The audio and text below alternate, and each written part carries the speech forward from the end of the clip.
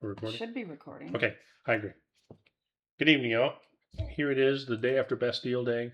Sadness reigns in England because Argentina did it again. Did what they They do did it with again. Messi. So they're going to be playing for the World Cup Championship on Sunday. I don't know when England and France are going to play for the third place spot, but who cares, right? Anyway, what we're hoping to enjoy tonight is a whiskey from right here in the Old Dominion. Me Me and my mouse pocket. Filibuster, straight bourbon whiskey, dual cask finished in French oak barrels. I think you just discovered that the distillery was actually initially founded in District of Columbia, and then 1 year or 2 years later found the home out in the Shenandoah Valley, and they make mention of it here on the propaganda on the back of the bottle. They claim to be dedicated to making the finest American spirits. That means the best quality grains, limestone water from Shenandoah Valley, and our signature dual cask finishing program that mellows spirits in traditional whiskey barrels as well as wine casks. Because if we've learned one thing from American history, sometimes you got to bend the rules to get the best results. It might be aged in French oak barrels, but yeah, they were used for California red wine. Oh, first, because here it says it's international. After being aged in new charred oak casks, Filibuster adds their signature dual cask twist with a secondary rest in California wine barrels. Yeah, the finishing over there. Yeah, okay. California barrels that were French oak. Okay. A little bit more propaganda here. Some say Virginia's colonists made the first corn whiskey in North America, which means bourbon's roots are right here in Old Dominion. Wow. Our whiskey follows those historic footsteps by paying homage to tradition and that pioneering spirits. Did you find anything that shows the mash bill? Not really yet. Okay, well, I have something here. Okay, well then share it. Okay. I see it. You got it? Go ahead. No, go ahead. I love your voice. Huh. Well, not that voice.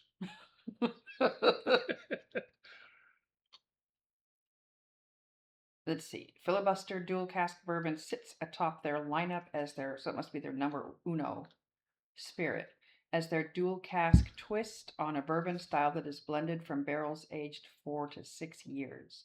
The mash bill consists of 70% corn, 20% rye, and 10% barley.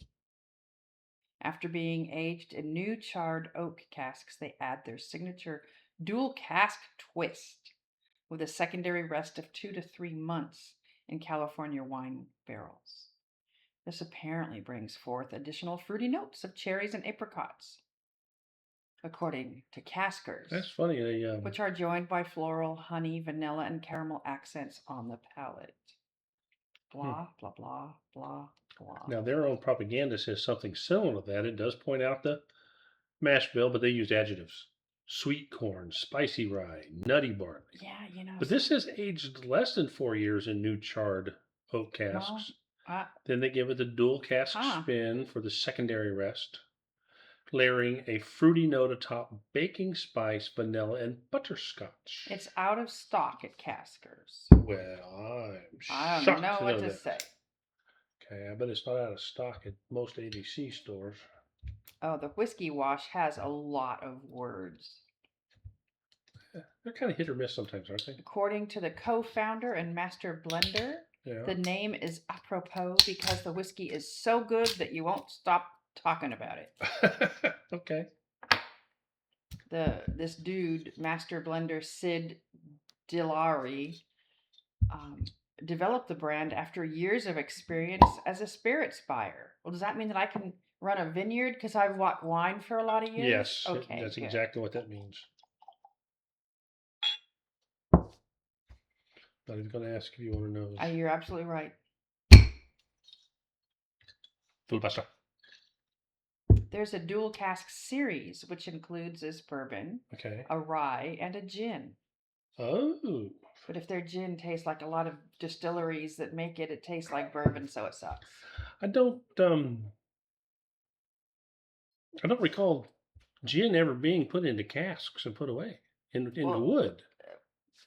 Maybe not in the traditional gin distilling, but Oh, we've had a couple of sips of gin made by distillers that some of it comes out brownish, not clear. they And put it in wood for a they've while. had like ship strength, or I've even seen some of the English gin producers that do this awful thing to it that they put it in whiskey barrels and it's nasty. It's nasty. We don't want nasty gin.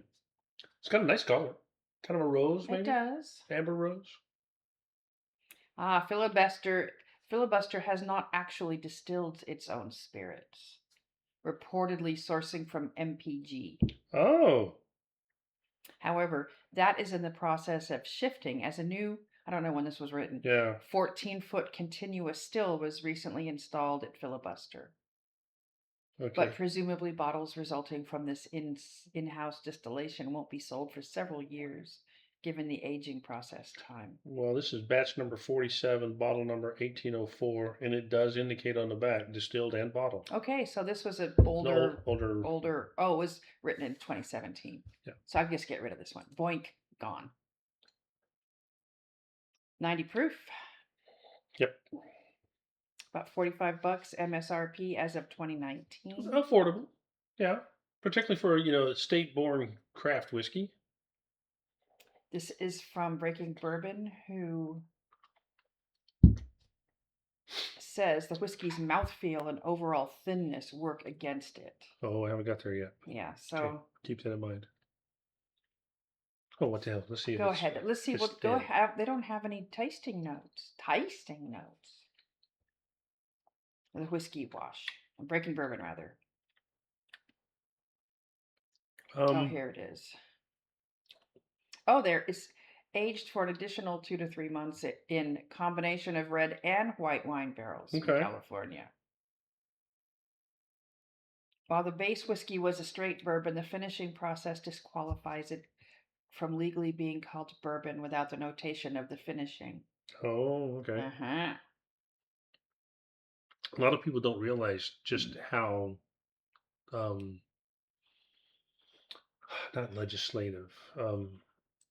Yeah. How many actual regulations in U.S. law there are with respect to the making, the branding, the selling, the everything of bourbon whiskey, because it is a unique, U.S. thing. Might as well go in. I'm not seeing a lot of tasting Okay, that's notes. fine. What I'm expecting here, based on their propaganda again, is layering a fruity note atop baking spice, vanilla, and butterscotch. So the undertone, the underlayer with the whiskey, were it not to have been in the finishing in the French oak, ought to be expected baking spice, vanilla, and butterscotch. Did you nose it? Mm-hmm. What did you get?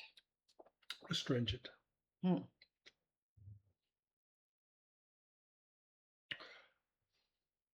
Some kind of spice I would use in barbecue.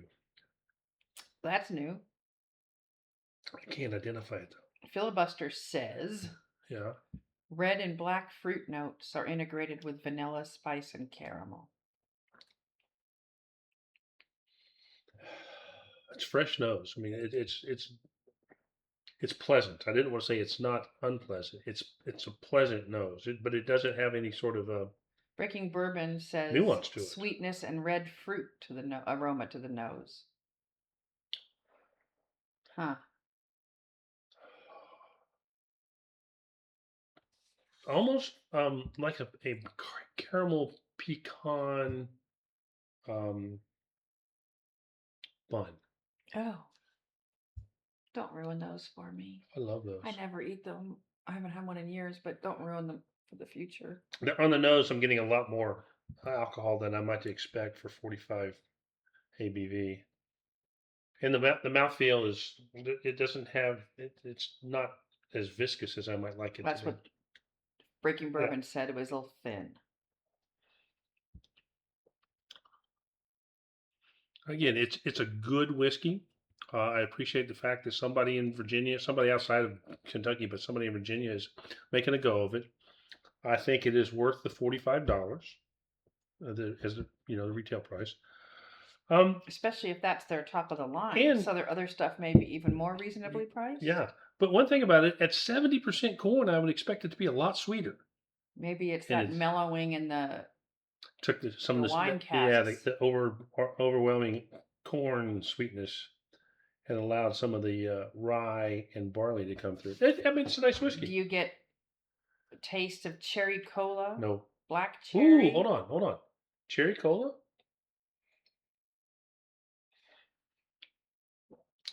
No. Light grape on the finish? No. They're just making this stuff up. I think they do a lot. Filibuster themselves says taste caramel, vanilla, and cocoa. Carry through. I can agree with the cocoa, but it's so light. I still come back to the pecan maple Okay. bun thing. Roll up, you know. Wow, they have a Filibuster triple cask cognac barrel finished bourbon whiskey for $90. I bet their cognac barrel's not 100 years old. Filibuster triple cask sherry barrel finished. Okay. Huh. Yeah, Morrill or Morristown Wherever. is it's out there in the middle of nowhere. It really is. It's north of Newmarket. It's on Route 11. It'd be an interesting day drive. You know, if you go out there, if you're out that way, you're particularly in leaf peeping season, maybe going down Shenandoah Valley, it'd be worthwhile stopping in. And I would rate this a buy. Okay. For price and affordability, uniqueness and where it's made, and although it doesn't have a lot of unique characteristics, it's a balance, and you know they may do themselves good to maybe age it a little bit longer, but it's a good whiskey. Good. And again, for the $45 price, it's a unique whiskey. Looks like my presumption that they consider this the top of the line or the whole,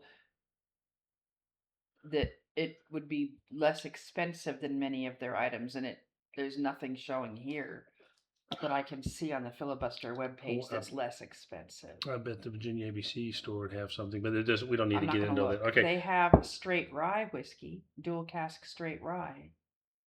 Filibuster. Be a lot less corn. Well, yeah.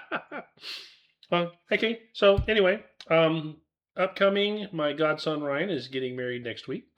Woohoo!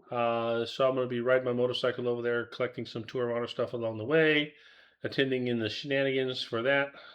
I got to dress summer casual, summer formal, Oh, you summer need to go whatever it get is. a I got to sport get a jacket. coat. So anyway, and then the way back, I'm going to avoid interstate as much as possible. I'm a fan. But enjoy some of the just I think like 3, maybe 4 tour motorcycles on the way back. But it's Okay. you know going up through Petersburg and all that kind of stuff. So anyway, we just got back from a almost 2.5 week 2.5. Close to road close trip. To 3. Road trip where we went down to 2.5. visit with our friends Bonnie and Bob in their new home in Carrollton. Their beautiful new home. Nice house. They got a lot of nice features in the house. They got a lot of nice features in the community, and it's walking distance to Publix. Yeah. With a great deli. We went down to see Melissa, Aaron, and the grandbabies. Yay! Had some fun there. The grandbabies are having too much fun in our hotel pool. Grandma Terry came over for that. That was so wonderful. And then we did have a long drive from there to Pensacola, but got to spend some absolutely excellent time Splendid Rachel time and with Matthew. Mm-hmm. Went down to you didn't go to the whiskey bar. I was not in a eating and drinking mood, right, and I had a whoopsie tummy. Then we went down to Clearwater to visit with Robert, my father, her father. Who was he? I mean, he was pleasant enough. Yeah. And then we got to go over and see Carol Sue back at home where she belongs. Right. And spend time with but we Carol Sue and Benny, and then got to see Gordon and Shannon. Yes, but our MO when visiting with them had always been let's play cards until the wee hours of the night. And of the 2 days that we were there, a day and a half that we were there, we didn't play cards once. We were busy talking and catching up and so on and so forth. And then we had to watch the Norway-England match, so that's what took kept us from playing cards our last night there. And then we took the auto train home. Having this was our second trip using the auto train. The first time down was a lot of This is interesting. This is funny. We And it was April, so the and it was train was not full. right. This was